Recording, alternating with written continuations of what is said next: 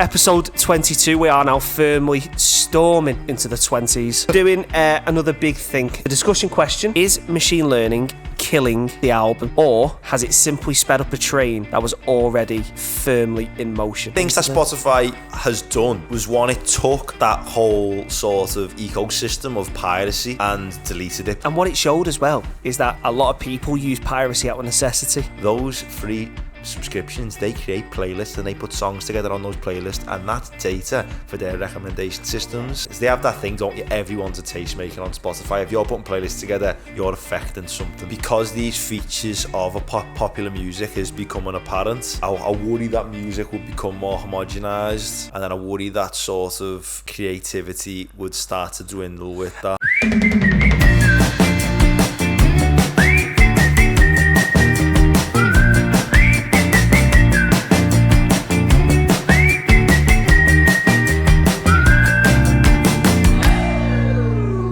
Hey people of Earth, shining Martians, whoever else is listening on Jupiter, Pluto, Mercury, Venus, And all beyond that. Uranus. Nobody's listening on my anus. People are listening by my anus. Well, episode 22, we are now firmly storming into the 20s. How have we been? Feels a bit like my life though. Yeah, I've stormed through my 20s, not really got much out of it. Firmly storming through my 20s. That's a bit sad that. Yeah.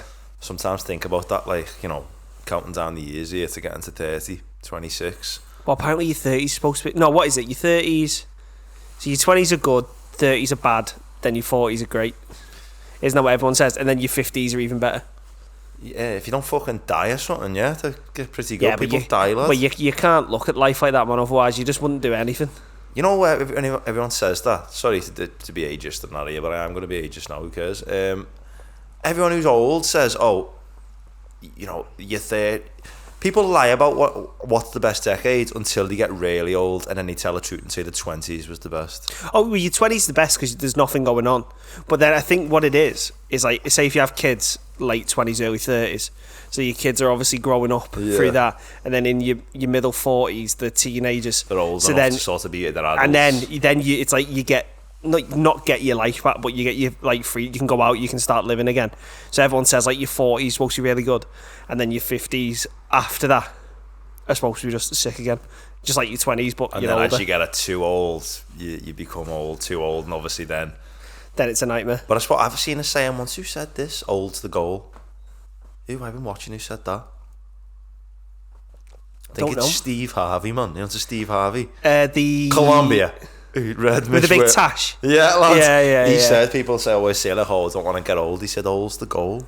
Well, so you want to get old because then you've had a good life, a full life. Yeah. Like, you don't want to stay young forever. That means you're going to die when you're young. Forever young. There's been a very thoughtful and emotional, thought-provoking But do you know what I mean? Not like people in the 50s are like the 40s are your best because they just don't want to feel like they're too old. But then people speak to me nan and granddad, they just tell the truth and go, yeah, it's the 20s is your best. But like, and also getting old, there's nothing wrong with that. Yeah, you like nobody's asked if you just chill out a bit. Oh, I want to get old. I do not want to die when I'm 35. I want to be same. like 85 and then, you know. I think 100's the best year. You think 100's the best year? Yeah, you get your century, you tip your hat. Off you go. It's mad the way there's people out there who are like 105 and that. Oh, like the oldest person's like what, 116, 115? Is that the record now? Well, I think I don't know. I always used to have a look on like Guinness World Book of Records when I was a kid. Every year when you get the book.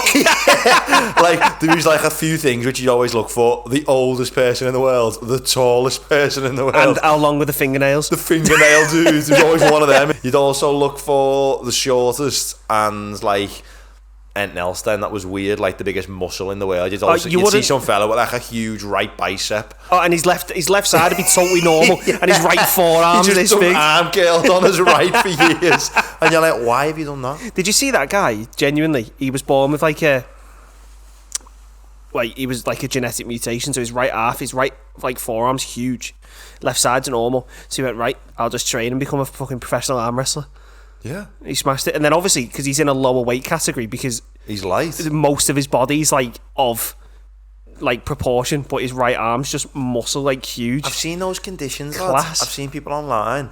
It's obviously sad that they're like this, and they mustn't want to be like this, but like where like their arms swollen and they have like big veins and like fat hands and that, lads. Straight up, this is no joke.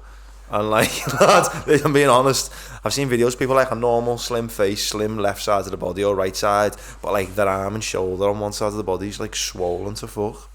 You know what, lad? The human body's mad, innit? Just like what can happen. Gotta count your lucky stars that you're healthy, man. If you are, Yes, that's all that matters, and that is the game. Health is the game. That's it. But you did find out you're multi-morbid, didn't you? Yeah, I'm obese and I got asthma. So. Oh, you concluded it yourself, didn't you? Unless Hocker get on you and do that yeah. promotion. So the clip will have been out now for a couple of weeks. I keep thinking when you're knocking, it's the fucking I'm door. Just creating tension. Sorry, It's I won't do that so again. we'll either know by 2 weeks. Cheers, Hocker, for getting in touch. That's the first option. Yeah. Fuck you, Hocker, for not getting in touch. Yeah, I can't believe Yeah, you the never two replied. options. Yeah, what was it? Obese to... Obese to over the line. Once I've done the marathon, lad, that's it. I'm not going to do an ultra marathon. Who do I look like? The hardest But lads, geezer. people Lad, who get into them, lad, they carry on going. Are you onto the hardest geezer? Running the Africa. Insane. Yeah, lad, what a And fucking have you seen dude. if you follow the story on Twitter, like I watch it all the time. He's been robbed at gunpoint. Have you seen his problems he's been having? So he was in Angola, obviously he got robbed, he stole all his passport. Then he was trying to get his passport from the embassy there, couldn't get it, so then he had to go to another country to get all his stuff, and then he tried to go back into Angola to start running from the point that he stopped running after he got his passport, but then they wouldn't let him back into Angola, and he's only just got back, and he's like, yeah, I'll just go from the same spot, let's carry on. He runs, what, 60k a day? 50, 60k a day? He's trying it, lad. To be fair, lad, if he gets that record, it's going to be a while before someone does that again, lad. All the legal problems are getting across those borders, lad. Like, It's just, what's that? That's like 1.5 marathons a day. it's not Every day. Well, lad, remember, for 80 days. remember He's Eddie done it for, Izzard did the 27 marathons in 27 days. yeah, who else has done something similar to that? The Scouser comedian, John Bishop. Oh, did he do the marathon? He's done one of them where I'm not sure what it was, but he ran a lot. Yeah. Like it was like a marathon every day for so many days. Had like fractured shins and everything. Me dad knows John Bishop. Does he? Yeah. Yeah, me dad was obviously a coach at Liverpool Harriers, and he brought his son down, John, when this like 10 years ago. His son was like 10, 12, whatever. And he trained me dad trained his son for about 2, 3 months, 4 months, however long he come down. Mightn't have been that long. And then, yeah, but then years later, he remembered me dad. My dad just think like, he's not going to fucking remember me, but he's a nice fella. Paul McCartney was in town with James Corden doing that thing in the Philharmonic. Remember it when he was on Carpool? Yeah. And John Bishop went down to the Philharmonic, and me ma and dad were having a drink in town, seeing all these crowds outside the Philharmonic, and we're like, shit, people are saying Paul McCartney's in there, so they waited outside for Paul McCartney. And Paul McCartney come out, got on his fucking entourage, his Land Rover, and then John Bishop had come out of the Philharmonic, and he went, Terry, and come over to me dad. That's just sick. Remembered him like 10 years Everyone later. says John Bishop's like a lovely man. Yeah, a lad and my dad was like, oh, what's right, He used to John? play for Runcorn as well. He went to school in Runcorn, sure he did. Did he? Sure he did. But Sure I've he listened to did. his story, lad, and he was like lived a normal life until he was in his 30s, and I think he had like a bad patch in his marriage and that, ended up breaking up with his, and he just said like, I was just at a low point. I hope I'm getting this story right and it's not someone else, but I'm sure I've watched an interview with him, and he just went in a comedy club And just stood up. and it was an open mic night, and he got up and But there's a lot of people have similar stories. That like Greg James, he was a teacher for years, and then later on in life, just thought I'm going to be a the tall comedian. fella. Yeah. Done he's about 7 foot. in the in-betweeners. Yeah, He's yeah. funny in the in-betweeners. I like the Taskmaster. Yeah. Yeah. Love He's him in sick the in that. in-betweeners, lads, when he's fucking, he's going with Will's man. Is your mum single? Yeah. Is your Lad, mum it's sick. single? Now fuck off, you little prick. He's just like telling the kids to get out of his class. Lad, I love him, me. But yeah, so we are filming in the Ship and Mike. We've not given him a shout out in a while. Yeah, well, let's do it now. Cheers, Ship. Thank you, Ship and Mike. Cheers for having us. I'm having a lovely beer. They've had it on tap for a couple of weeks. It's Cloudwater, which is a personal favourite from Manchester. Yeah. I've been to their tap house, lad. It's mad. It's on, as you come out of Piccadilly, if you turn left and go down, it's like a little industrial estate. Yeah. So you're walking past like Screwfix and that, and you go in, Sounds nice. There's not a fucking pub here. But you go in and it's like where they brew. So you walk inside one of these industrial units, and they've just got all the brewing stuff it's in got the a back, bar in the front. and then a little tap room It's in the like front. one of them in the Baltic. What's it called? In the there's- Baltic, Love Lane or something. But that's more done up. But if you go, Like a restaurant as well. if isn't you it? go oh shit, sorry. if you go further up in Liverpool, up to the top, there's a place called Carnival Brewing, and that's proper in an industrial unit. And then over the road from that, there's another brewing thing Still up in there. the Baltic? No, this is well further down the other. This is towards Potterspool ways. Cotter's Pool, Costco. Oh, towards Costco. Like when you This walk is towards Cotterspool. I think you're making that up. Yeah, I don't think that's a place. But if you keep going along there, There's a brewery, is there? You can go and have a bevin. Oh shit. There's like a couple of tap rooms. Like so, Liverpool, it's building its craft ale scene. Like it's a belter. Well, I'm drinking Diet Coke. Wow. Well, actually, I'm getting them carcinogenics in based on the World Health Organization's assessment. So, but like dying, basically. everyone always knew that. Yeah, they did. Everyone, Yeah, but that's like any science. Everyone knows it, and then they just go, "Yeah, it is defo right." Yeah, because they've not changed the thing on it, and it's like, yeah, it is, but like we always knew it is, but like just don't drink 100 Cokes a day, and you'll be all right. Yeah, just don't. But there's people out there who drink like 10, 15 like cans a you day. see them in America or over there, and it's just Like I seen a clip of one of those like really obese people in America, and there's like it's meant to be funny. It's on Instagram, and it's like, so just give me a day to day, and she's with this clinician. Like, what do you eat in a day? She goes, I drink a lot of sody pops. It's like it's the program, the £1,000 Sisters. I think so. And she goes, I drink a lot of sody pops, and the doctor goes, sody pops, and she goes, yeah. And he goes, how many of those a day do you drink? And she goes, like 8 to 15 cans of sody pops. He goes, my mama always told me if you drink a diet sody pops, it cancels out the sugars. And the doctor goes, no, that's not how it works. that is so bad, isn't it? But there's people out there. Oh, it will consume enough for it to be a problem. Yeah, lads. But, big time. And to be fair, I am buying normal Coke now since that come out. Yeah, but like that's just worse in general. Well, it's got actual sugar in, so. Yeah, but it's just loads of calories, and it's just. Yeah, but I think. Yeah, but there's nothing wrong with one Diet Coke. No, that's like there's nothing wrong with one cheeseburger. You know, of course there isn't. Yeah. So if you just have like even one a day, you'd be sound. But yeah, it's obviously better for you to drink some actual sugar than it would be some artificial sugar. Yeah, but then we say that, but then like we'll all eat processed meats and we all do X, Y, Z. That I've just like I'm not going to lead a perfect life, so I'm not going to stop now, am I? Yeah. Do you know what I mean? Like, am I going to swap all my processed meats for stuff that was like cut in the Hollies and it cost £5 for the fucking sniffer bacon? No, I'm not. No.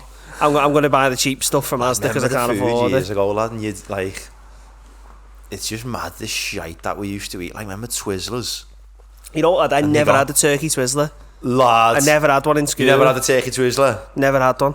Oh, lad, the flavour was like nothing else. This is what I mean. This is why I'm quite happy I never had one, because I'd be so upset. Lad, they were like a sausage twizzled. They were like sweet. They had this sweetness to them, lads. You know when you get like a nice hot dog and it's almost a bit sweet? Yeah, do you know what I mean? Yeah. The meat's got a sweet, lad. It was like sugar in meat, lads. And like, I used to go mental for them. If it was Twizzler day in school, lad, you'd be wanting 2 or 3, lads. Like, they were fucking nice, lads. And then they got banned, didn't they? Jamie Oliver. Why did they get banned? Jamie Oliver. But obviously Jamie Oliver come round and changed school diet. Twizzlers got banned from sale. Wonder what was in them?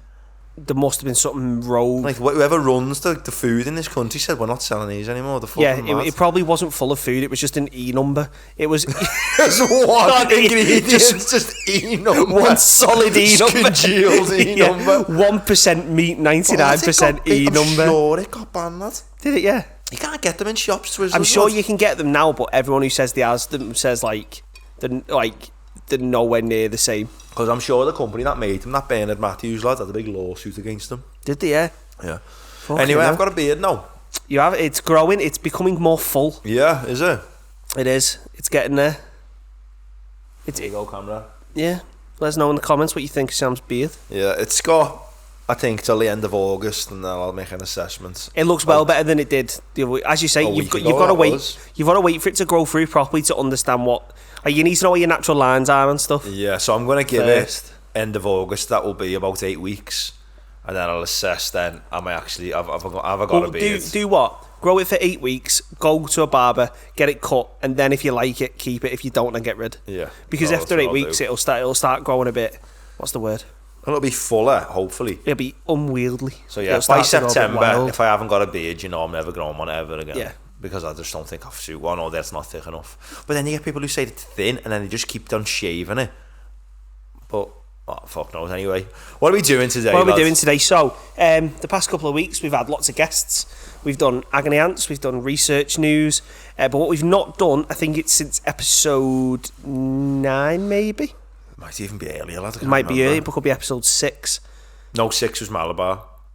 Ooh, it could be 9 then. Self-driving cars. Who cares? So we're doing another Big Think. So the idea behind these Big Think episodes is that what we want to do is, instead of like research news, where we'll take a lot of topics and kind of go into them at a superficial level, give kind of what we think about them and delve into it. What we want to do is we take a bit more of a deeper dive into a particular topic and things that we may not be experts in. So as you say, we've done electric cars, we've done self-driving cars. Yeah. That was weird saying cars and cars. I about to, like, on them two sentences, both the emphasis was on cars, so self-driving cars, electric cars. That sounded weird, sorry, anyway.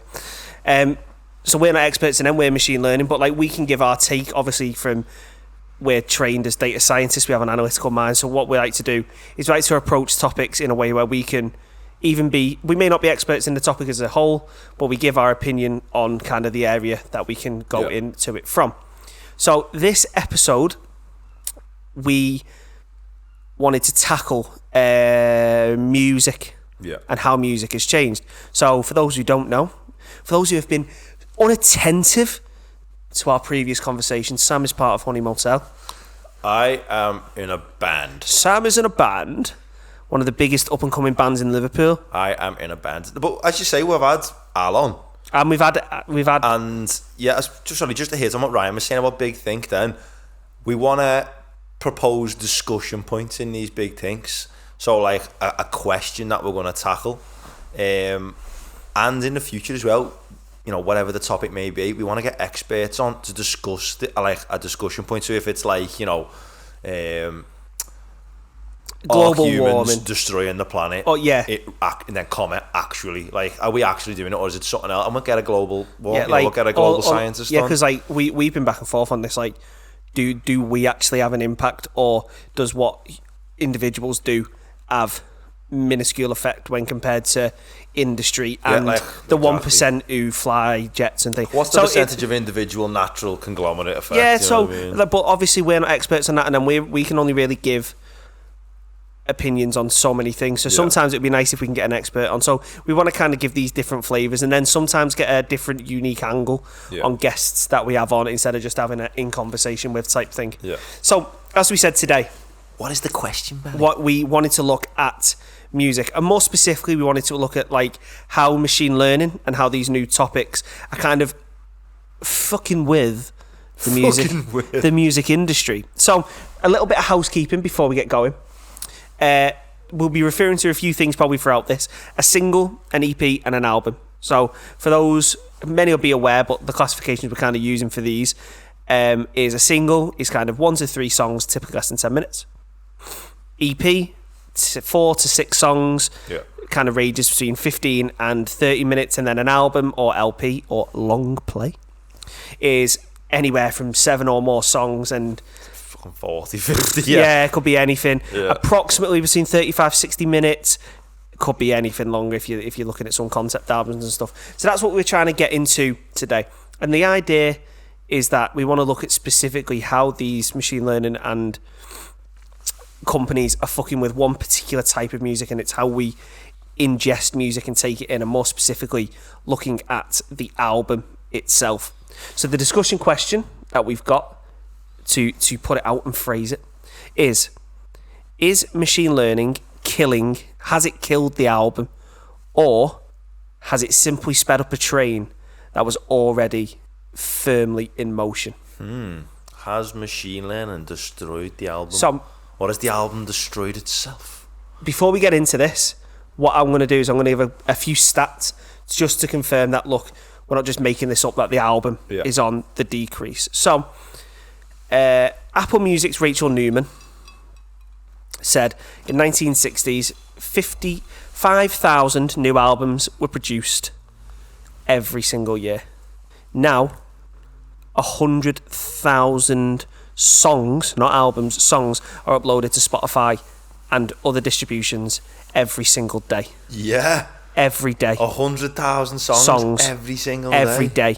That's what the That's what it reached. That it reached that in 2022, probably higher now.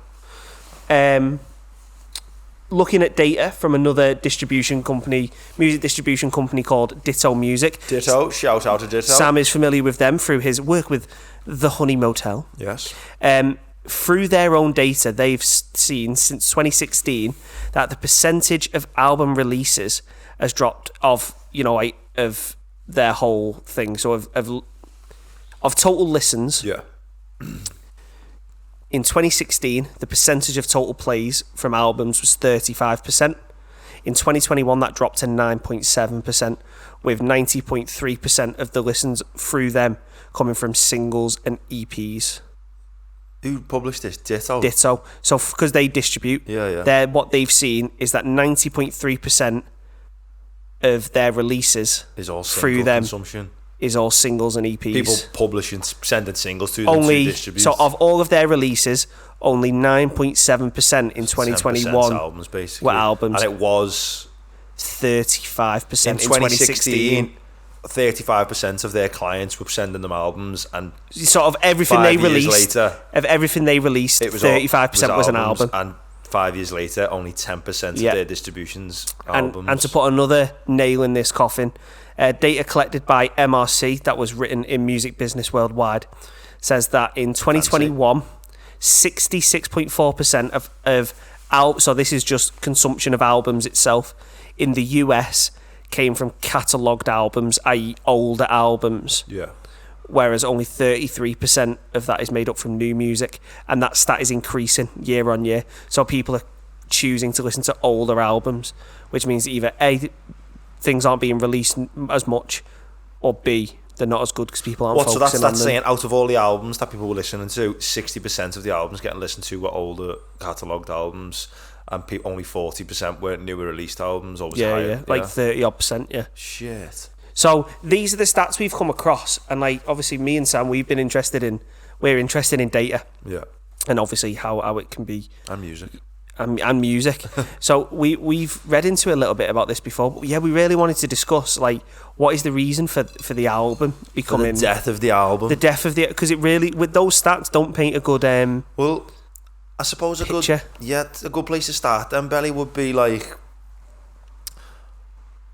you're saying there 60% of, or more than 60% it sounded like, of albums that do get listened to are from the old catalogue. Ditto saying that of all the stuff they distribute, only less than 10% now is albums. From 5 years ago, it was 35%. I suppose you've got this obviously new wave of single culture coming in, but I suppose the question is why is single culture coming?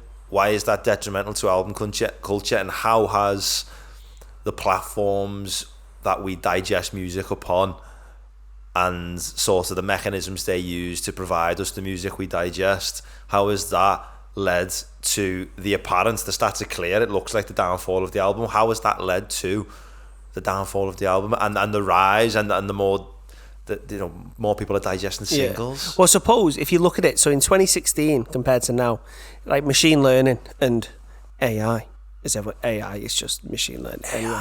Machine learning is just how AI works anyway. When people say AI, they generally just mean like logistic regression 90% of the time. It means nothing. Right. So not talking about any mad reinforcement learning, they're just talking about like a naive-based classifier. I fit a fucking line. But yeah, so like how machine learning has been incorporated into business has changed a lot since 2016. Yeah. And the amount of data being produced is being produced at an exponential rate, right? Yeah. So if you look at the type of business model Spotify has, it's about getting users in and getting users listening. Yeah. So originally, years ago, people just wanted to listen to their favourite music, right? Yeah. And they listen to it. And then eventually people get bored and it's about discoverability. So then the objective function is how you keep people on your platform. Yeah. How you do that is you keep feeding them new tunes. And then what you've got, as you say, is people releasing 100,000 songs a day. So you've got this coupled. How do you decipher what? How do you decipher what you're going to listen to? So people are releasing singles, obviously, because Spotify has obviously said, look, we want to create a curated list of people's this is kind of my thought process, is that a lot of this change came about because Spotify want to keep you on a platform by giving you curated playlists of songs that you think you're going to like through recommender systems or whatever, which we can get into in a bit, and certain techniques, rather than going, you really liked I don't know, AM by the Arctic Monkeys, here is a similar album. Yeah. Because then that's a different thing. What they've gone is, oh, you listen to the Arctic Monkeys and Oasis, here's some songs, here's a lot of indie tunes from the noughties in a created list. You're not listening to the album. It's all separated. There's 100 individual artists and there's 100 individual songs. And then what that does is then that unintentionally or intentionally creates a feedback loop. Yeah. Because then the people who are making the money see, oh, well, it's the singles making the money. It doesn't matter if my album has a lot of streams. If I get one song that is perfectly matched to the recommender system, gets lots more streams, I'm going to get more money. So then that feeds back to the people making the music. Well, commissioning like labels and stuff who hire people. So they're like, we need good songs, not good albums. And then because then they're only releasing good songs, that further spins this wheel of singles being produced recommender lists, which then it's like this whole feedback cycle. It's a feedback loop, lad. And you said something then, I know you didn't mean it. You were like, Spotify have said, it's not been on purpose. Spotify, I don't think 10 years ago said we're going to create this single culture. Like, it is just, they've wanted to optimize how long they keep people on their platform. They keep people on their platform by providing them loads of music that they love. You know, and then when you did have albums years ago, you did tend to like one or two songs off it. People have a favourite on the album. Well, that was what got played on the radio. Exactly, and Spotify have just seen that model and said, okay, people tend to like 2 or 3 songs, the singles that people had released an album years ago, and it would only have 1 or 2 singles on it, which would you call a traditional single, which was catchy chorus, you know, shorter song, bit more digestible, and then the artist was, you know, for the other 11 songs would be a bit longer, you know, ballads, B-sides. So they've just sort of naturally created that feedback loop by wanting people on the platform, as you said, which then is fed to the people making the music because they think, okay, I want to get my song listened to a lot. It makes no sense putting this song that I like, all these songs together on an album and pushing it to Spotify, because they don't push albums, they push singles.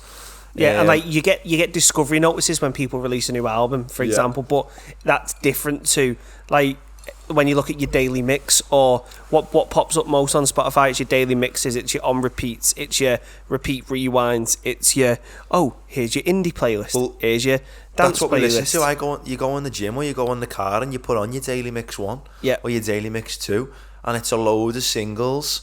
And I have thought about it because of my music, but most people wouldn't think I'm not listening to an album, I'm just listening to singles here. No, but you know, when you look at modern artists now, like you give that stat before, most people who listen to albums, 60% of those listens or more than that is to the older catalogue. You could say, is it because no one makes good albums anymore? No, it's not. I don't think it's anything to do with good albums aren't getting made. There's great artists making great albums. People just aren't digesting newer artists in that form. But when they go to digest an older artist, you think to an album title rather than a single title. For Michael Jackson, you think of Thriller, the album. You don't think of the song. For like the Beatles, you think of Sgt. Pepper's Lonely Heart Club, the album, because that was what was pushed back then. Whereas now, if I said, what's the name of Sam Fender's first album, you'd tell me all his singles on it. You wouldn't tell me the album title. And you know what? That's kind of like a weird psychological thing, which I've not read anywhere, but it kind of makes sense. Lad, if you think of any old artist you like, you'd tell me an album. But I would also say as well, newer music is being made. Like, for example, I'm going to bring Drake up as an example. Fuck me, he farms. But like the way I've kind of been watching it work, whether it's true or not, but this is what it appears to be. Make an album of singles. There is no rhyme or reason. Throw it out. See what streams the most. There's your singles. Do you see what I mean? So you release it as an album, people will automatically filter through and do all your single creation for you. So how many albums has he had out now? He releases one like every year or something. Because I remember getting into Drake back in like 2009, lad, and then he had like 2011, the Take Care album. Is that with like Passion Fruit? That was later on. He had the blue background where he was a kid on it in 2013 with Just Hold On, I'm Going Home. And then since then, every year he's released like God's Plan, Passion Fruit, loads have come out, lads. It's insane. So it's like, but it's like that type of thing. It's like, like Ed Sheeran's one of Ed Sheeran's new albums, where it was essentially just an album of features. That Like Cavalation's number 6 Like thing. for example, did you know there's a song on there with Eminem and 50 Cent? No. No, because it didn't get the streams. Yeah. It was arguably quite a decent tune, but you wouldn't know that now unless you actually listen to the full album. But no one's going to do that because it's like it seems like the intention of this is, well, I'm a big artist, I can't not release an album because that's kind of the thing, the expected thing to do. History. But I'm not going to make I'm not going to make a Plan B's album. What album was that? She said. It's like sorry, with that on the defamation of Strickland Banks. yeah. So it's like I'm not going to make one of them with a whole That meaning. was a good What a fucking album that was. Oh. And as you say, Do you remember that song, Love Goes Down? My love goes down. No. I don't think no that. Lad, that was such a good album. The defamation of Strickland Banks. But like as you say, so now it's just let's release an album full of songs, and we'll see what gets to the top, and then that's what everyone will remember. So the album doesn't matter. It's will we hit? So in our 10 songs, will we hit something 10 that playlists. matches? Will that hit something that matches the criteria for the big streams? And That's what it feels like. no, I'm going what you've just said then about like in the modern day culture, people do record albums, but as you say, it doesn't seem to be as intelligently put together because of this single culture. And then people end up with 12 songs, and some I've seen artists release 8 of them as singles. Yeah. And then the album comes out with 4 new, and you're like, that's not a fucking album. You give us 8 singles and a little EP on the end because they're just the new ones we haven't heard. It's weird, But isn't it? because of the single culture, they want to release them all individually Yeah. because they all have the biggest impact then, on their own. Whereas years ago, we've discussed it, if you went to a record shop, you'd more likely to you wanted to buy an album because you get 10-12 songs on it. You ain't just getting a small single with a B-side. You got more use out of it. And what you were listening to was something crafted for entertainment. Yeah. Like you were listening to a story throughout the album, and it was a journey. It was a purpose thing. I was having this argument the other day, like even an album like the Miseducation of Lauryn Hill. You're onto Lauryn Hill. I don't think so. No. I mean, if you played Why am I having maybe. this discussion with you, lad? I know. The Miseducation of Lauryn Hill was an album in the 90s. She never released one album, Lauryn Hill, big concept album. But even like Plan B, it's not quite a concept album, but essentially it was together. Because really here's the well. thing: how can you go from being a rapper, a political rapper, granted, to releasing that album? Yeah, that's wild. He was Defamation of Strickland Banks to Ill Manners. How good was Ill Manners? How good was the song Ill Manners? Anyway, sorry, what I was going to say was... Sorry, this has started out as like a machine learning thing, but this is probably just... To it, but like, no, I'm just saying this is... So like this is kind of the idea of the big thing is... We just want to have a bit of a ramble around what we're talking about. Well, I want to get to that. I've got some points here, but like just to finish this point off on like the consumption. This is a good place to start because it's like where everyone would be able to start. I wasn't from. saying that like this is a bad thing. This is a very fucking great conversation. But the consumption of albums. You ever seen the film Yesterday? With the guy with lightning strikes. You know what? No, I've always been meaning to watch it. Okay, so spoiler alert, this film Yesterday, lightning strikes, everyone forgets the Beatles, and he remembers them. And he's the only person, bar another 2 people, who remember the Beatles at all. He clocks on, no one's heard of the Beatles, and then he goes looking for them online. The catalogues have gone, every album's gone, and like it's changed the past. Like this lightning strike, he remembers all the songs, writes them, sells them again, and in the film, people weren't seeing the genius of the songs. They were good songs, but it was, and they brought it across a bit how like those songs in the modern day don't land as well. And I always wonder now, there's certain songs from the Beatles because they're so good which would land no matter the generation. But I wonder now if like Pink Floyd released Dark Side of the Moon, would people get it now? If Pink Floyd released Wish You Were Here, if the Beatles did Sgt. Pepper's Lonely Hearts Club now, because it was such a concept album, but I'm not sure it'd land these days. But it wouldn't make sense in that. Like, for example, society's changed. So in like the 70s, it was all very like psychedelic on it. It was all very that ilk, as it were. People had a different frame of mind, whereas now in the modern generation, it seems the way to get a hit song is to get lots of streams on TikTok. We've moved to this instant gratification, which is why it society. wouldn't land now, exactly, because like the whole societal mind frame's different in that in the 70s it was a different kettle of fish to what people are now. People just want the tune. I want to be entertained consistently.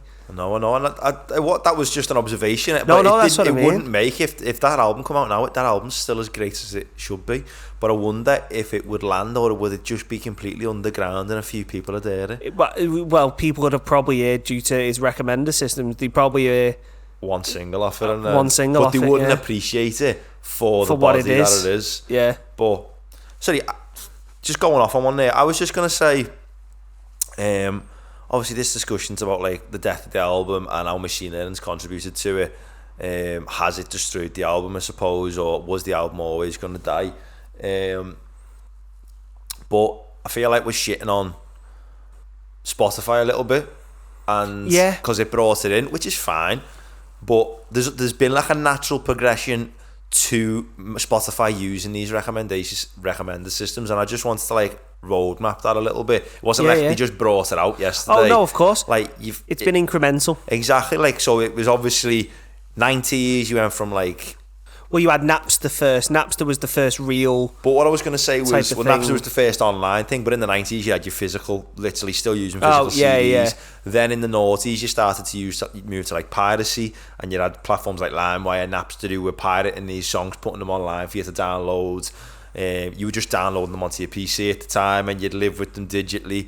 Then you moved into like companies like Apple creating iTunes, where it was like an online essential catalog shop that you could buy and listen to a yourself. Shop online. So it was like an online record shop where it was you still shopping like you were in a record shop.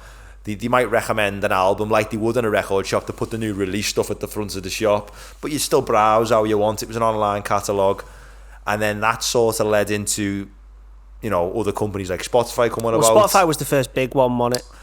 And then once machine learning and the technologies of machine learning become so, oh wow, we can make a lot of money from this, then they fed into these online systems, iTunes using them, and I suppose that's where we are today. Like, but I was just wanted to outline that so people don't think, like, you know, it has gradually come about. And it's a natural thing anyway, because people generate, like, with the amount of data being generated, machine learning was always going to be a natural stepping stone anyway, because it's not like in a record shop where you can just look at your sales sheets. That's it. You've got to find a way to efficiently sift through this vast amount of data, because, as Spotify says, there's no real barrier to entry as these to upload on Spotify. No, you can literally upload 3 minutes fast if you want. So it's like YouTube as well. Yeah. You've got to have a system that doesn't promote terrible music. Do you know what I mean? Like, you don't want to keep pushing stuff that's not going to keep people on the platform, that type of thing. But as you say, Spotify does have its it's had its benefits, obviously. Well, I've got some here which I thought about earlier. Yeah. So obviously, I think I'm on the side of Spotify has destroyed the album, which we'll get across in a bit, but it has got its positives. Then, and we'll get onto it in a bit as well. But then the question is that necessarily a negative thing? Well, that's what we can. Well, we'll get into that in a bit. But I thought I'd throw But the things that Spotify has done was, one, it took that whole sort of ecosystem of piracy and deleted it, basically, because now you've got free access to music. You don't have to have premium. And what it showed as well is that a lot of people use piracy out of necessity. Because because it was free. That's that's what I'm trying to say. A lot of people in you know, like, it was a necessity to use it because I want to listen to music, but I can't afford 12 quid on an album. And then, as you say, in the noughties, the amount of albums that were getting produced, and so you're not gonna have the money to buy them all. People would still buy LPs and that, but I think it's because, sorry, you know, as you say, if you have £100 budget to go to your favourite record shop and buy some vinyls, you might come out with 5, 20. If you do it at 10 at each or whatever, or 5 at each, back in the noughties. And then when you run out of budget, you have to get the rest of the things you want to listen to on Napster or on LimeWire or something. Yeah, exactly. So it was out of necessity. If I can't afford any more fucking That's what I mean. Like, eventually you get to the point where... And I still want to listen to the new Arctic Monkeys, for example, so I'm going to have to go and listen on LimeWire. Yeah. But some of the things it has done is pretty much delete piracy of music. Like people still do it, obviously, but like for the years ago, I remember growing up in like 2008, 2009, everyone had LimeWire. Every single person. And you'd be Bluetoothing songs to each other. But now, I don't really know anyone in my like either immediate or kind of even a bit further out circle who would even know how to torrent anymore, and that was like ubiquitous information. Everyone knew how to torrent music and video, but now a lot of people don't even know where to start because, as you say, it became so much more convenient to spend that £10 a month. Well, even free. Oh, it was free for a long time. It's free still. I know, but it never used to have ads years ago. It never used to have ads, but one of the reasons, this is a mad one, I didn't realise why they'd done it. Sorry, so while we're still on the benefits, one thing Spotify's done is helped with the de-genering, if you want to call it, of music. Music in the record shop was very, it had genres everywhere. You'd have your R&B over there, your indie over there, categorised rock over there. And people say, what's the problem with that? Well, there isn't one. But it's sort of, humans want everything in a box. Because when it's in a box, you can identify it. That's R&B, let me just put it there. And it's not like, it's like that with everything in life. We need a category to put on, we need a label for it. And it goes into machine learning, they need labels sometimes. But, you need labels because it's easy to identify.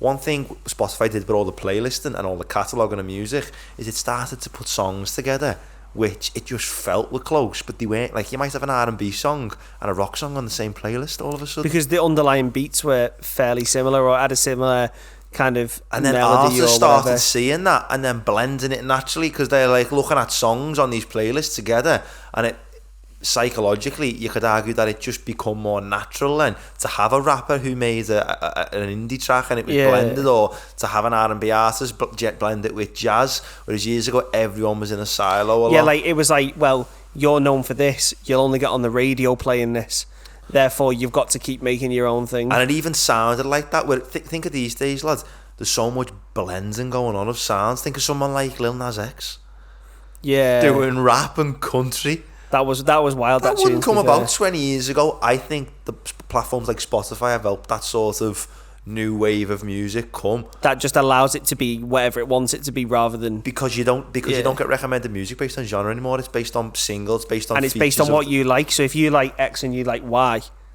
if you like country and rap, you'll get Lil Nas X. If Z is very similar to X and Y, you're going to get shown Z. Lil Nas X is similar to all those country songs you like, and he's similar to all those rap songs you like. And everyone knew back in the day, no one listened to one genre, but artists were stuck in genres. Yeah. So no one just said, I mean, people do still, but no one said, I only listen to rap. That's it. I don't listen to soul, I don't listen to bands. No one said, I only listen to heavy metal, that's it. Everyone had a thing they were associated with, like, I like metal, but like, they'd be on the side, like, oh, I fucking love ABBA. Do you know what I mean? I love fucking Nile Rodgers, man. Or like, I love fucking Kate Bush. And I think Spotify's help de-genreize it. It says online the de-genderification of music, genreification of music. I think that's a positive. No, it is a positive because, as you say, it allows more freedom and creativity just to be present in general. That can never be a negative, really. That's it, lads. You mentioned Spotify's got a free. It used to be free when it come about. Well, it's still free now. You just it's still free. Do you know why they left it a free version on there? I am guessing it's something to do with the psychology of eventually you'll get fed up with the ads, and then once you're so invested in a platform that you won't want to leave the platform. Yeah, that's like the out to him. But from like a business analytics point of view, why would they leave it open, a free version open? Well, I'm guessing ads make loads of money. Well, ads make you're telling me the obvious. One of the benefits of having a free version is if you stopped free subscription, millions of people would close off Spotify. Those free subscriptions, they create playlists and they put songs together on those playlists, and that's data for their recommendation systems. Oh yes, of course it is. And it was one of the big reasons the owner of Spotify come out and even said, like, one of the reasons is we're collecting information on what people like. But that people, they have that thing, don't you? Everyone's a tastemaker on Spotify. If you're putting playlists together, you're affecting something. You know what I mean? Somewhere. Yeah, because you're putting data together. You're putting your favourite band, The K's, with your favourite Eminem song, and it's like... Yeah, like, why are they So the reason why they leave it is because they're getting info from it. Like, people who are on the free subscription are still putting playlists together. They're still putting little, songs together. Yeah, just because you're not paid doesn't mean your data's worth any less. Yeah, and then obviously they have that on top, and then we debugged them with ads Yeah, in the of course, end. yeah. And they think, fuck this, I'm paying $7 now. Yeah, you're trying to vibe, and then, would you like some health insurance? Yeah. Well, do you know what? It was get that AG1 greens. You're onto that, lad? No, AG1 to get all your minerals and fucking green. Oh, I get it on everything, lad. I pay. I just pay for everything. I don't get ads. I'm sorry about you. No, I pay for YouTube and I pay for Spotify. That's basically all I use.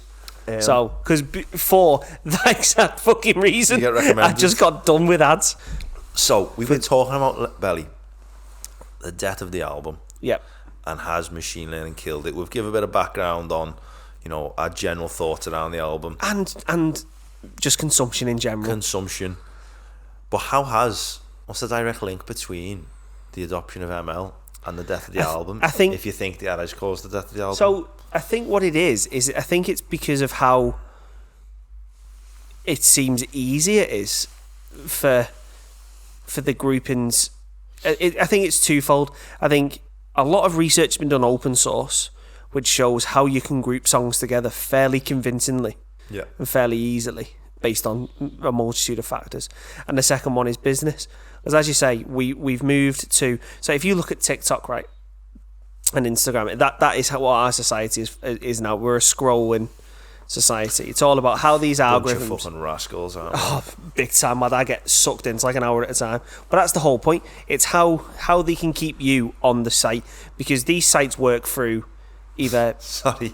I know you're scrolling on Instagram or TikTok. How? If I bell you and you go, hello. Oh, straight away, yeah. I'm just on my phone. I think he was defo just running through videos then on his Instagram. Literally, it'll go, hello. Literally no ring. Yeah, good. Either that or I'm having a poo. Yeah, one of the other. Well, usually if I'm having a poo, I'm also scrolling Instagram. Who thought I'm having a poo? Having a poo. Go on then, sorry. Yeah, so it's like the society. So it's like the way these sites make money now is you either pay to be on the site. Yeah. They have the users pay for them to be on the site, or it's advertisements. Basically, the internet runs on advertising money. Yeah, we know right? So the only way you keep the advertisers paying the big money is to keep people on the site. How do you get people on the site? Give them what they enjoy. How do you know what they enjoy? Well, you use the machine learning because of all the data that they produce and they collect, right? You can figure out what they enjoy, what falls into that category, what to recommend them, and it keeps them on the site. I think that in general goes for TikTok, it goes for Instagram, it goes for all those sites. Yeah. But I think with Spotify, it's a bit more transparent and obvious to see how they're doing it when compared to TikTok, for example, is because music is so, like, you can kind of get what they're getting from music. Yeah. Because when you listen to a song, right, you know what genre has been applied to it, or the different subgenres or whatever it is. You know its length. You can even really analyze its sound signal if you really wanted to. Yeah. So it comes from the ability to easily group things together and this need to keep people on the platform. I think that is what's caused it. Yeah, as you said, that feedback loop in it, it's like, but it's not clearly been stated. It's just sort of, the feedback loop iterates itself, and then people end up moving a certain way when they're making music because it's what's successful or what gets on the platform. Because in the end of the day, what right, gets picked up on the platform. Sorry. Even with music, like, it's you've got to make what you want to make, but at the end of the day, you've still got to make something that's going to be usable. Yeah, like there's no point now. There's no point you as Honey Motel. You've been creating music. You're going to put stuff back out. There'd be no point you turning around and going, right, the first thing we're going to release is a 12-song concept album in the modern world. Yeah. Even if it is exactly what you wanted to make, it's not going to get picked up. Or if it did, it's not going to get picked up to the same extent. Or even people years ago would release a single. It'd be 6 minutes long. Or like Bohemian Rhapsody changed the mold. When they went, you can't make a song that's like fucking 8 minutes long because it won't be on the radio, and they went, right, fuck off, I'm doing it anyway. I wonder that now though. I wonder if someone did come along and just went, fuck it, I'm just going to make a big concept album. The problem we've got now... But if it did die, it'd be like, that didn't work. Because, the concept was fucked. Because the problem you've got now, though, is these... it'd be like going up against your Googles, the size of it now. Spotify does run. This is the game. The game is the game now. It's the same thing with you. Always say that. The game's the game. The game is... Because honestly, it's one of the truest statements in it. Like when it comes to YouTube, you don't have a good site, you don't have a good thumbnail, no one's going to watch your video. Doesn't matter how good the video is. Yeah. The video helps. Yeah. So you could have a brilliant Content. You could have a brilliant 12 song concept album, Yeah. but it's got no singles, or it has one single. It's not going to get pushed. Therefore, no one's going to listen to it. Game. You're not playing the game. So, and then you've got to build up. So, then, as you say, like the bigger artists, like Arctic Monkeys, they can afford to do two kind of off-piece. They've earned the right to do whatever they want. They can, because their fan base is so big, they can transfer to do these two other albums, and people are going to listen to it anyway. But isn't it mad? Like, they're still having a trade-off, because if they did do an AM album now full of singles, it would blow up on Spotify because it's playing into them and they're already massive. Of course, but obviously Arctic Monkeys don't want to do that. But then that's the catch-22 with the game. Once you become big enough, you can pretty much do it. Like Taylor Swift, she could release an album of farts and it'd be one of the most streamed things ever. Because she's that big. It's like whatever she releases is going to get the attention on it. Whereas now when you're starting out, so I suppose that's the problem now, is the bigger artists can do essentially what they want due to the fan base. But your smaller artists now have got to try and mess with the algorithms, because as going back to that initial stat when I saw that's mental, 100,000 songs a day. You've got to do something to get you in you've got to match up with some of these parameters that these machine learning models are using to get you moving. Else otherwise you're just lost in a month, a 30-day month. Yeah. What's that? 30 million songs? No, 3 million songs now. What, 100,000 a day? 3 million songs. In a month, so that would be... Yeah, 3 million songs. 3 million tunes in a fucking month. 3 million songs a month. Or 3.1 on a 31-day month. So like, you've got to do something to try and push yourself above. And the only way to do that is to leverage. So that's kind of the problem it's got with the, like, as we come back to the death of the album, is the way to move up this structure and get the streams is you've either got to play the single game. Play the single game.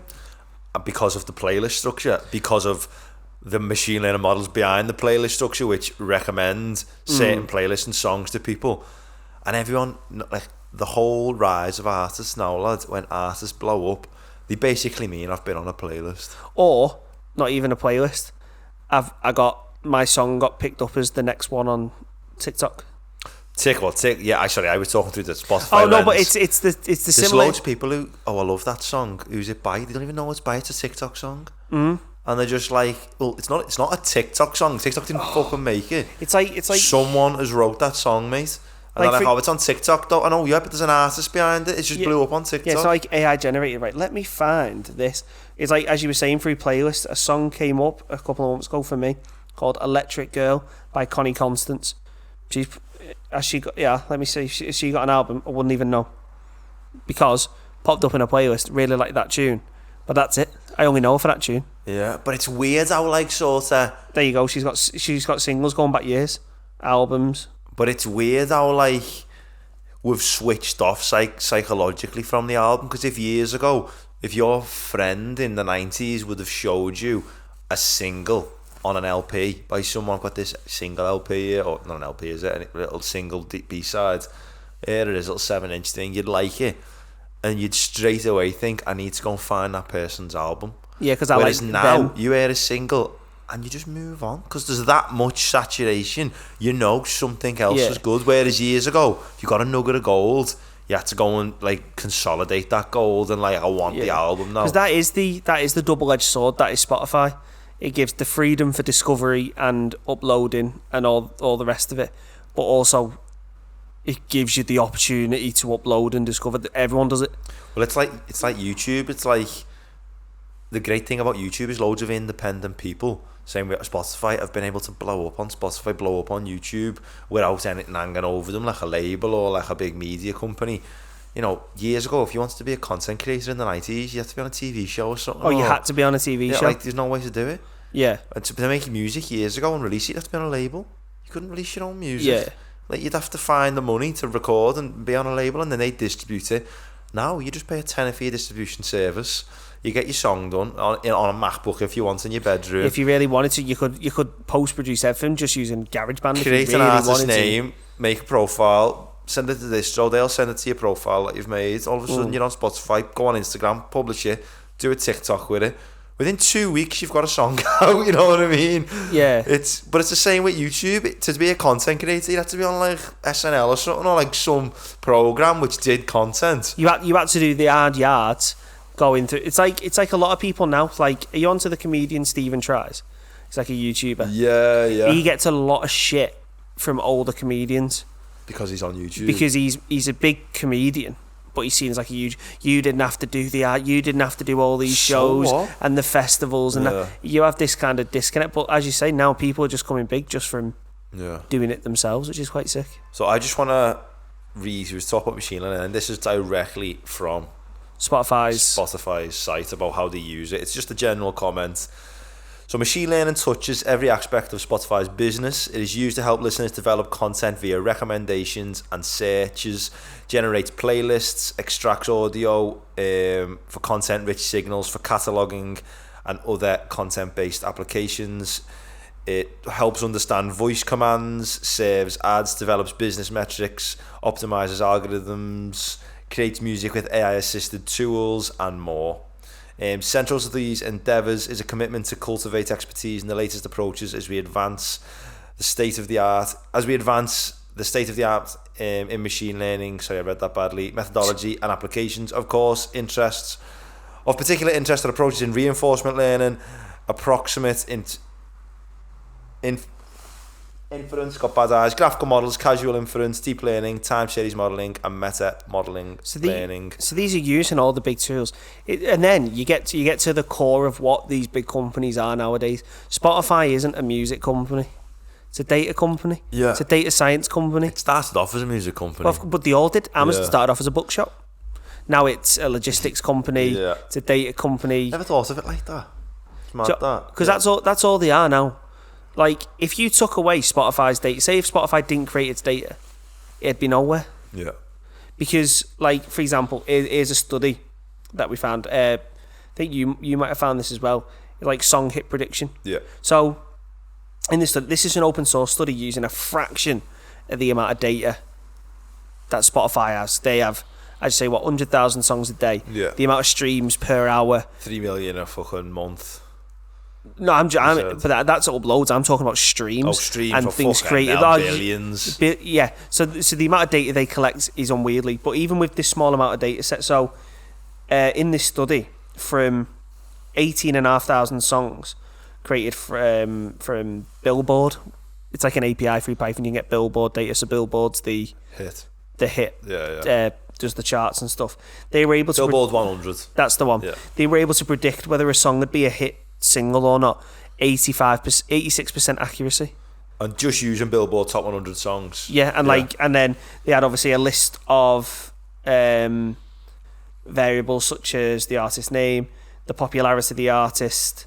Obviously these will be defined in certain ways. So was it explicit or not?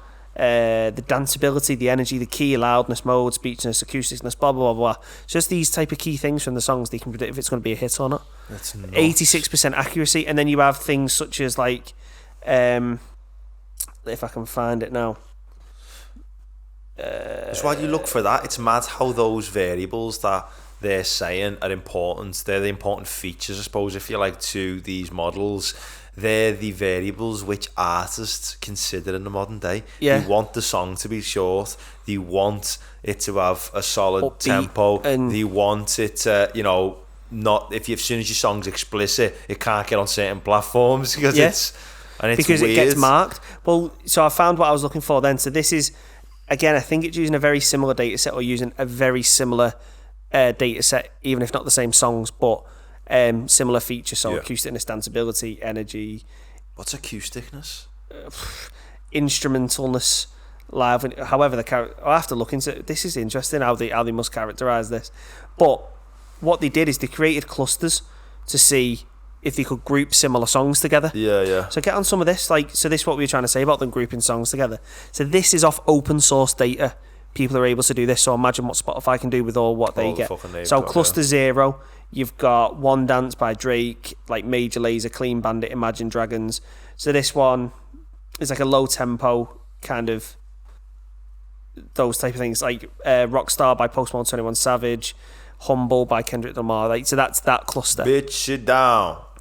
Be humble. And then you've got a different cluster that has like Sunflower, Ed Sheeran, Shape of You, Chainsmokers, Closer, Ed Sheeran, Thinking Out Loud, Eminem, Not Afraid. That's what I was looking at. Yeah. So like, and then like cluster 2, you've got like more. So what's this? So like, this has High Danceability with a low tempo. So you've got Can't Hold Us by Macklemore, Chainsmokers, Don't Let Me Down, Pharrell Williams, Happy. So look, this is just from key features taken from these songs, and it's grouping them together in these different classifications.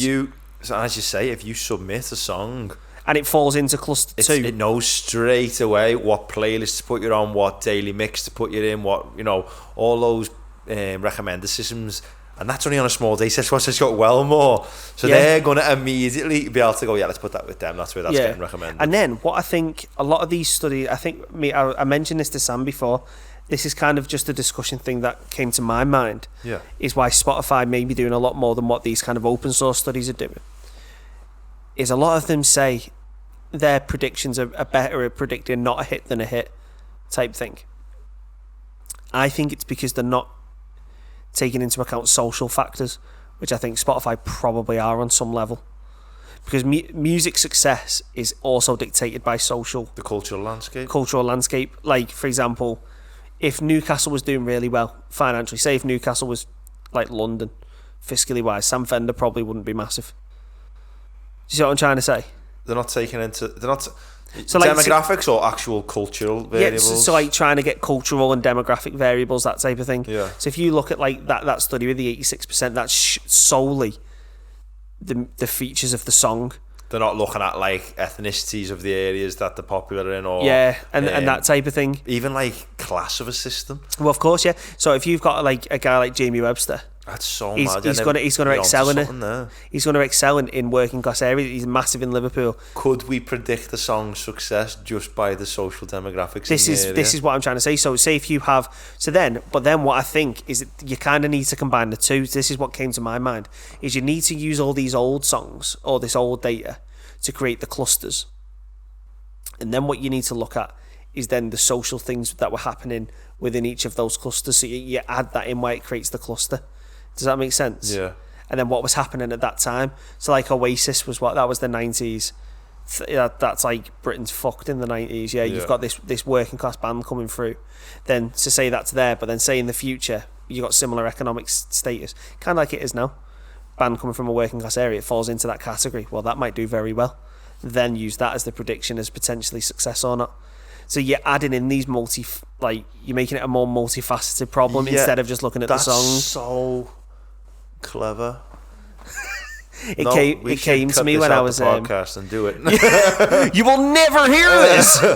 It's so true. Like, music doesn't just exist in a realm that just is about the music. It's not a function of a data product. Even though a lot of it is now, like a lot of music seems like it's being made. It's always coming through a social, cultural landscape. Yeah, so music always addresses the times, like in some for way, example, shape or form. People like Sam Fender, they've got massive because their music has come in a time where like the economy is doing bad. He's singing about these topical things. Comes from an area like Newcastle, everyone gets behind him, right? And then you look at and then he will become, if he carries on, he will become a huge star in the UK.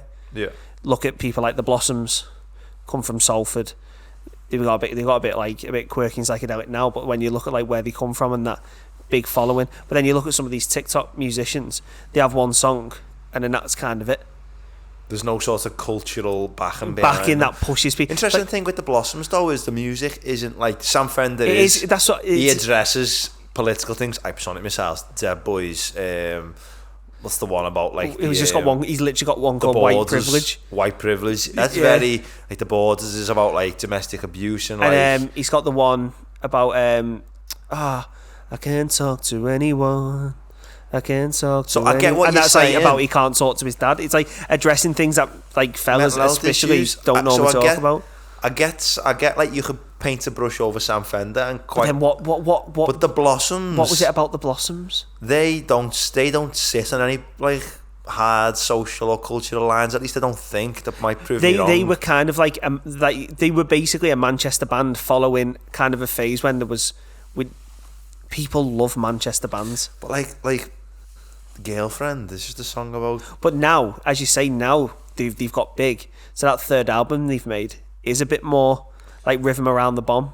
Yeah, Like yeah. it's a bit different to what their original stuff was. So, but because they've got big enough, so they can do that type of thing. Going back to all what we were saying before. So what are you saying that that the recommender systems, as an investigative piece, are you saying that we could identify how successful a song would be based on where that song's getting released and the demographics in that area? I think, for me, what was very obvious about reading these studies is that it is very targeted on can we tell from a song whether it's going to be a hit. But then that fails in a lot of areas. Yeah. So how do you get the true nuance? How do you get the true?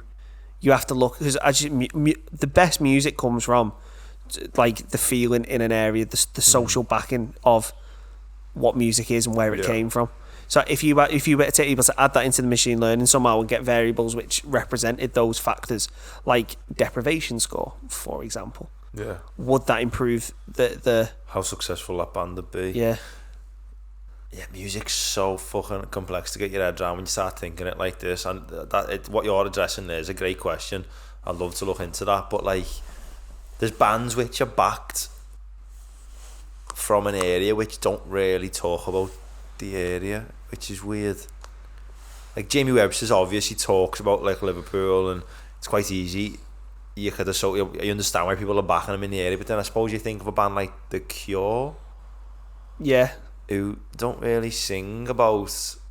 But although Robert Smith is very opinionated on politics, like the big songs don't come across as very political. But then they're still backed by the underground. It's weird. Do you know what I'm saying? It's weird. But then the Cure, that's from, again, that'll be in a different time when we weren't around. We don't understand what the political landscape maybe was. We just don't get maybe it, we're missing what the essence of what made that push forward. Yeah. So, but then the curious thing is there something in the data? Is there a set of measures that quantifies this to an extent which can explain the spread that music can have? The best music always comes from a cultural feeling, I think. Yeah. And a social feeling, like Oasis comes from working class Manchester, Beatles come from working class Liverpool. Like as you say, all the blues artists in America back in the day, all the shit they went through, and it comes across in the music. Because you can feel it's got something it's about got the pain, it's got realness to it. You know what I mean? Wow, that's never thought about that, lads. That's what I mean. So as a research piece, I think that'd be so interesting to see. Right, so there's a lot of documented things out there now about how music can be predicted. Hit songs, you can cluster things together, you can measure things, you can see would a song fall in a particular genre that you wouldn't necessarily put it with. Yeah. So you can combine genres like we were saying before. I think adding in that extra little trying to take into account the social and cultural landscape. Yeah, if you can, as best as you can. Would Spotify be doing that? I'd be unsurprised if they hadn't tried it. Yeah, I think they will be doing it, but they don't. You know, well, obviously they're not open source with a lot of the things. They're not going to give the gravy away, are they? No. Crazy, dude. That is crazy. It is. That'd be a very interesting kind of analysis piece to get involved in, I think. No, it is, man. So, it's fucking. And then going back to kind of a point we alluded to earlier, so we want to. We've been very much around the houses, but to bring it kind of back in. So, the death of the album, is that necessarily a bad thing? That sounds like an album. The death of the album. The death of the album. Write that down. Let's see if that's actually an album. I mean, there's a band called The Band, I'm assuming there'll be one. There'll be an album called The Death of the Album. I suppose if you called your album The Death of the Album and it was shit, people would be like, yeah, that is the fucking death of the album. That is a literal album. So what are you saying? Has it been?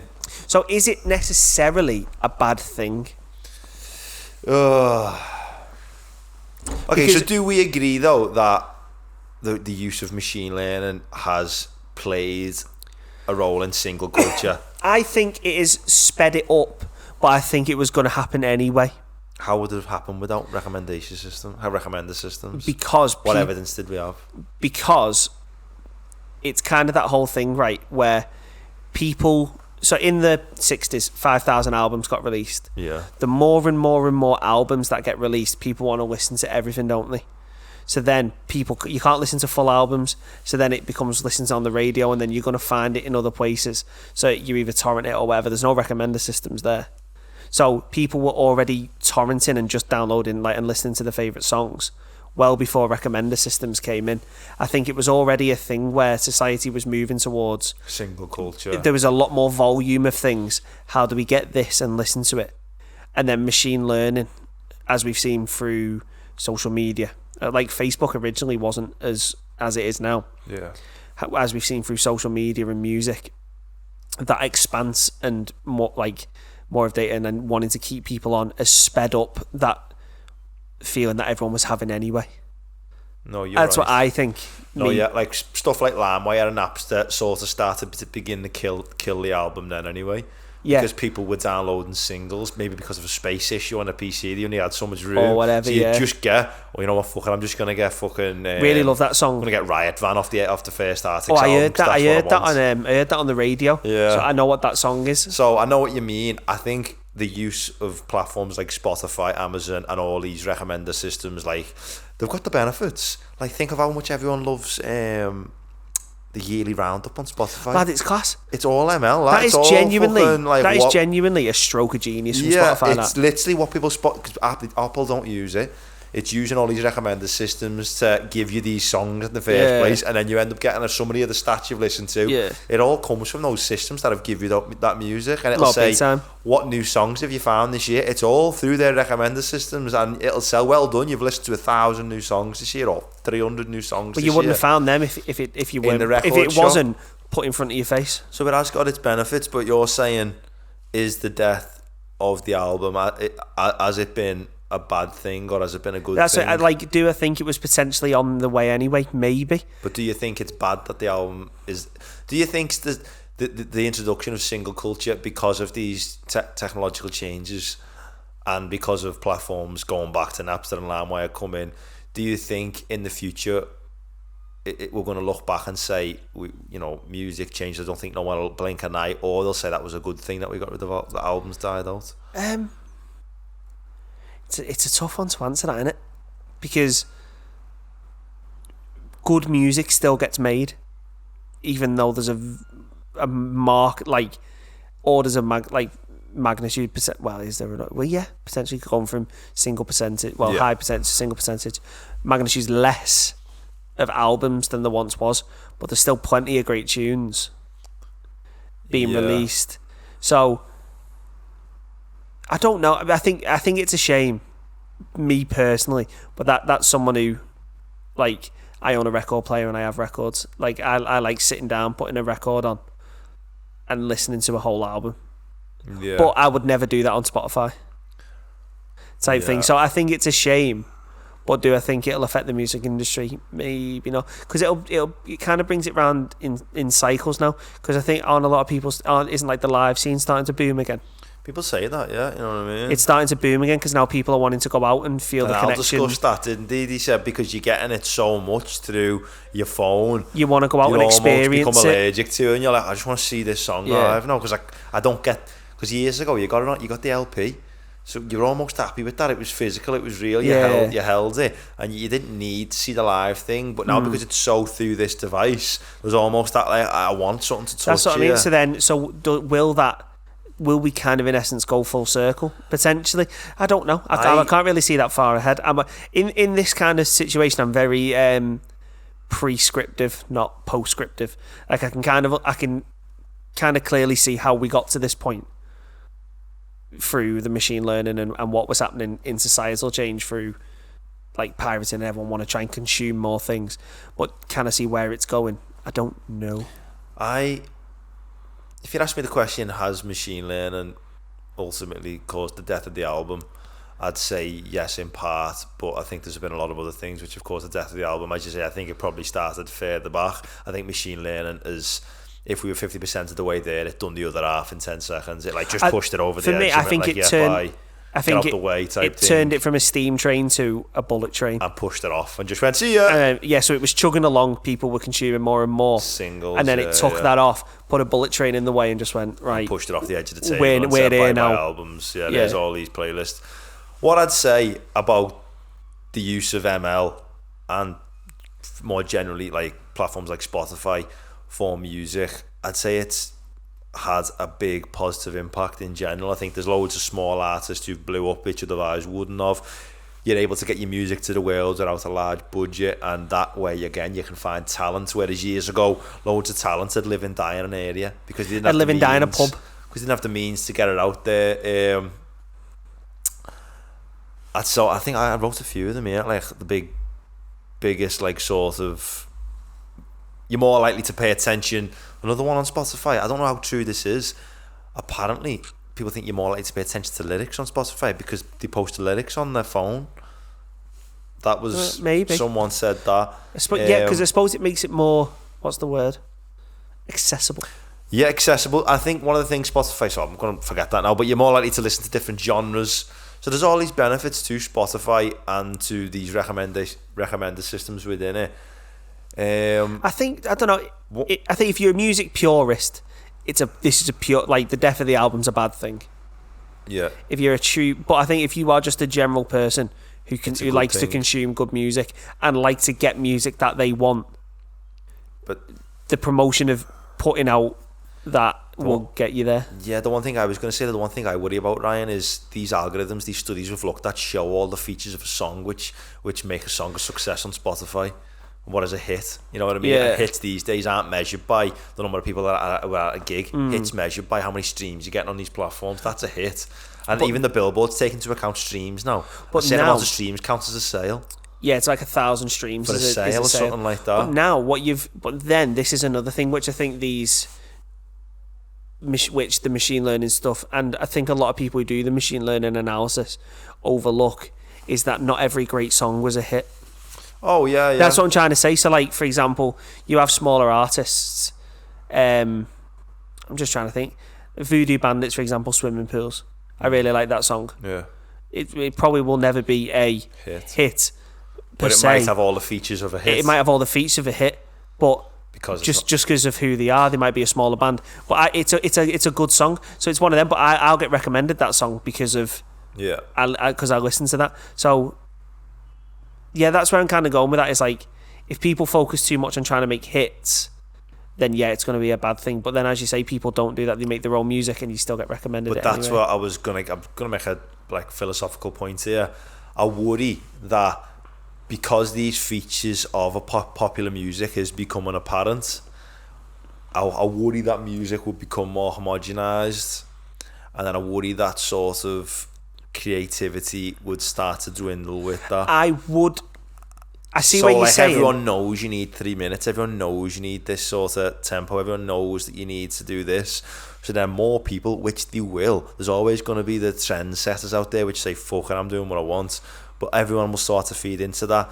Then music becomes more homogenized as a result, and it's more sanitized, and everyone's just trying to get on playlists, which creates this drab realm of music. I would counter that point though, in that I don't think music has ever been as varied as it is now.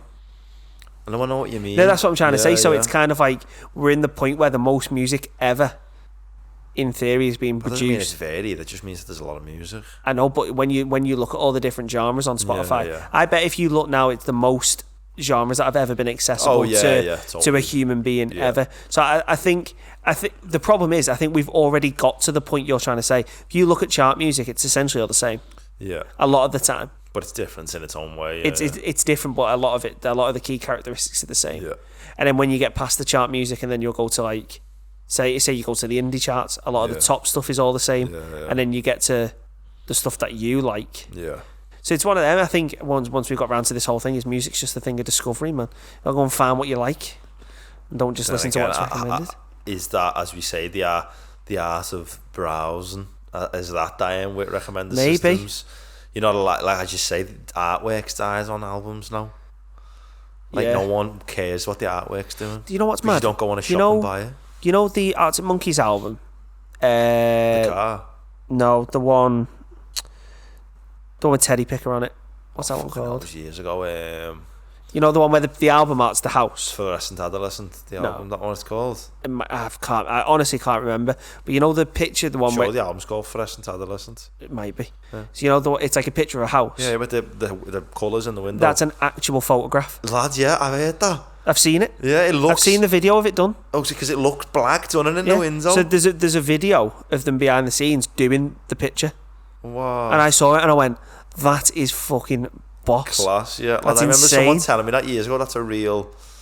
No one believes me when I tell them that. But you can get the video up. I'll see if I can find it. I'll put it up. But yeah, the video is insane of them taking the picture. It's wild. I always wonder as well, onto the streets. This is a mad rogue point now. Yeah. Oh, welcome to this. Oh, that's not. Yeah, That's has not, it come to this? Oh, coming hey. through your aerials? Yeah, like that's so. I think the streets are one of the most important British groups of the last 20, 30 I don't years. think they've ever had a song that, like, a lot of the songs are so varied. Like, you've got, like, Take Me As I Am, Watch Me As I Go, that one. Then you've got the Grand Don't Come For Free. Dry Your Eyes, Mate. That's on a Grand Don't Come For Free, yeah. And then you've got the fucking the one everyone Fit, knows. But you know it. You're Fit, fit, but yeah. you know it. But what all I was of gonna them different. I was going to say, would a ban like that, due to the systems that are put in place, would they... What I'm saying is, I worry that music, going back to that point, would become so homogenised that greatness like that would never rear its head. Yeah. Because of the systems in place. We just never, in the future, people just wouldn't end up creating that because they're all over 100 years over refining towards this point of the most recommendable song ever. And something like that, which is out the box, and it was made But 20 then- years ago, so they weren't caring about who'd listen. But then the thing They were is, just trying these, to be different. but these recommender systems work because there is difference. Yeah. A recommender system couldn't work if everything was in the same group, because then that's not a. No, I don't mean group, I just mean like characteristics to these tracks. But then that's the thing, because then if you couldn't like differentiate things, you couldn't recommend anything. true, and then yeah. if you couldn't target recommend, yeah, if you no, couldn't, you're right, I'm misunderstanding it. no, I see what you're saying. Yeah, but then yeah. if you like, I'm just trying to think like over here. Yeah. If everything was the same, the recommender system wouldn't work. So then people would get bored and turn it off. So then that would naturally kind of make Divergence Yeah. become a different cluster, which may get more recommended, and then people see. So you would hope that there's some kind of inbuilt thing where to be recommended, you have to kind of avoid Duplication. yeah, yeah. type thing. No, I know. I don't what you know. mean. I'm just thinking out loud. But I suppose I am a purist as well. I suppose, has machine learning caused the death of the album?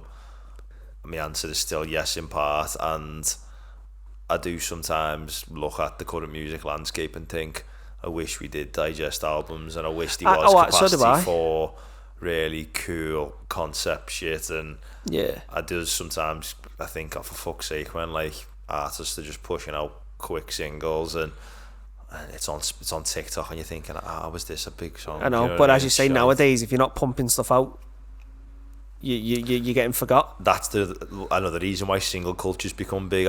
Completely forgot to hit that, lad.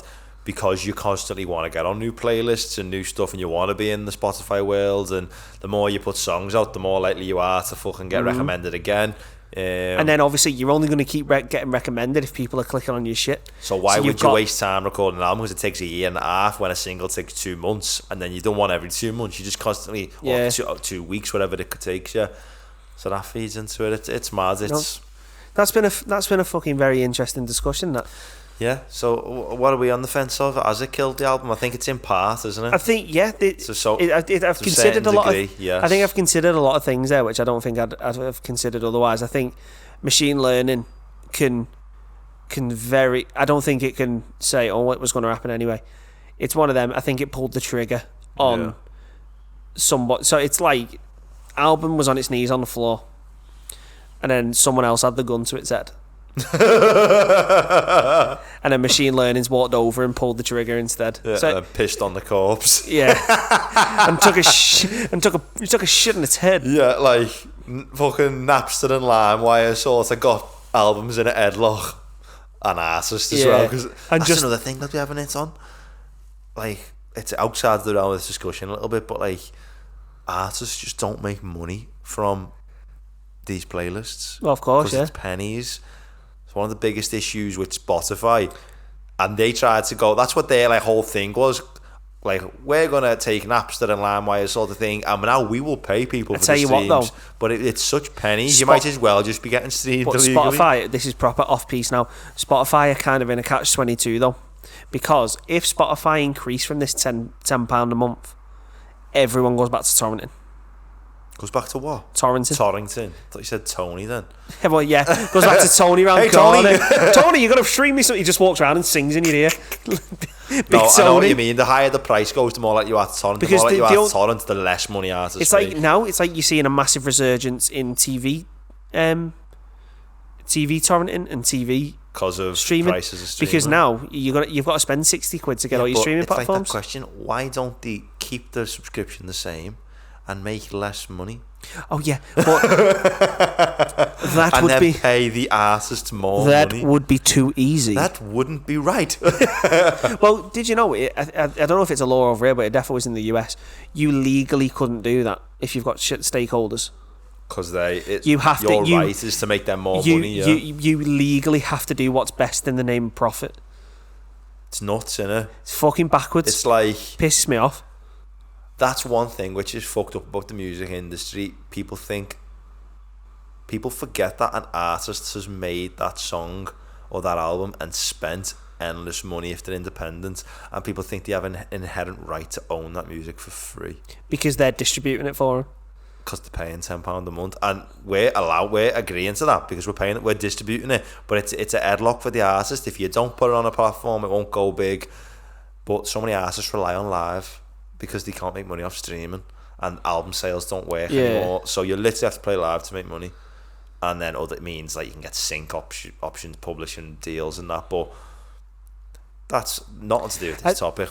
Just something I was. The music industry in itself is the perfect example of like getting fucked. Of like exploiting the people creating the. I always think, why can't Spotify have a similar model, a payment model more like YouTube, where like they actually pay fairer? Yeah, so YouTube pay something like, you get a CPM and stuff, but a view so my view on YouTube, because I pay for YouTube Premium, will be worth more to someone than yours will. Because my YouTube Premium money gets split among the people I watch the most.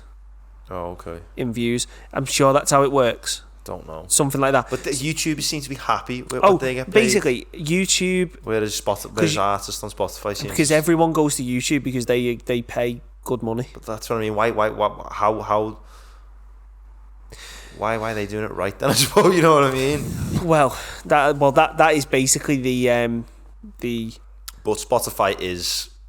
YouTube does but the problem is, though, the way Spotify... Demonetize you more, sorry. The way Spotify model works is, even if you increase the amount artists get, all you'd be doing is increasing the amount like your Taylor Swifts, your Ed Sheerans and your Drakes get, because the money would still be split exactly the same way. Yeah. So that's another catch-22 Spotify have got. Why would it be split the exact same way? Because the money's split by how many streams you've got. Yeah. So say there's a pot of money, which there is, the money gets sent based on number of streams. Yeah. Your number of streams isn't going to go up because there's more money in the pot to give out. So then say if what's it on Spotify? You just get paid per stream. Yeah, but technically you do get paid per stream. It's just, what is it, like 0.03? I think it's 0.0013 or something. But then you wouldn't be able to pay per stream, because how many streams is Spotify a month? Oh, fuck knows, lad. Just let's have a quick Google. God knows. Have a guess. I'm going to say... How many streams in total on that platform per month? Just songs or podcasts? Songs. Oh, fucking hell. It's 100 billion. Yeah. I was going to go something like 70 billion.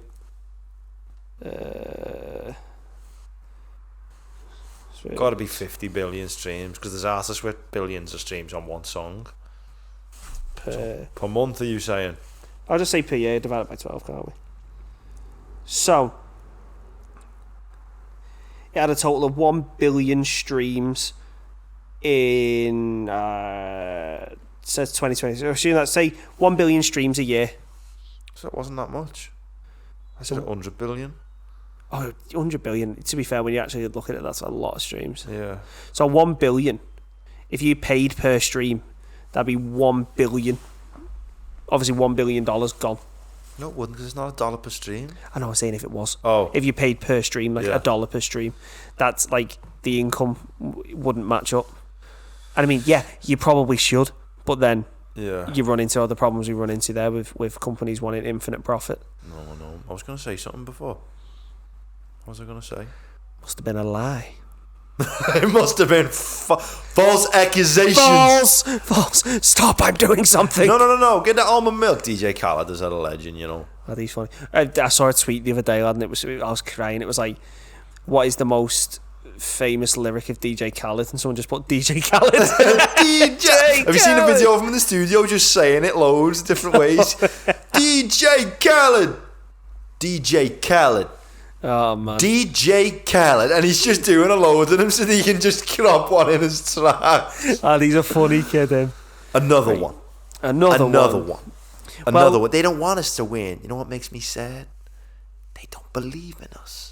There's people out there that seriously don't believe in us. Lad, he's the goofiest man on the planet. Lad, he's somehow made loads of Have you seen the video of him when he's in like America on his jet ski and he gets stuck? And he's in he was getting on Future, and then Future put him on his Instagram saying, "Get away from me." And then he started giving an inspirational speech. He was like, "Yeah, man, sometimes when life gets difficult, you got to keep going."